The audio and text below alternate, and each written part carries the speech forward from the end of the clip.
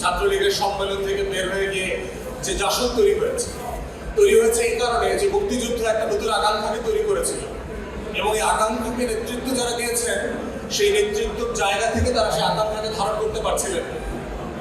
ব্রিটেনে দেখেন উইনস্টন চার্চিলকে বলা হয় যে দ্য মোস্ট পপুলার এবং most critical prime ministers of all time, যিনি সেকেন্ড ওয়ার্ল্ড ওয়ারে তার nation and the allied force-কে had led to victory। সেই উইনস্টন চার্চিল যুদ্ধ শেষ হওয়ার পরে নির্বাচনে উনি হেরে গেছেন এবং লেবার পার্টি ক্ষমতায় এসেছে।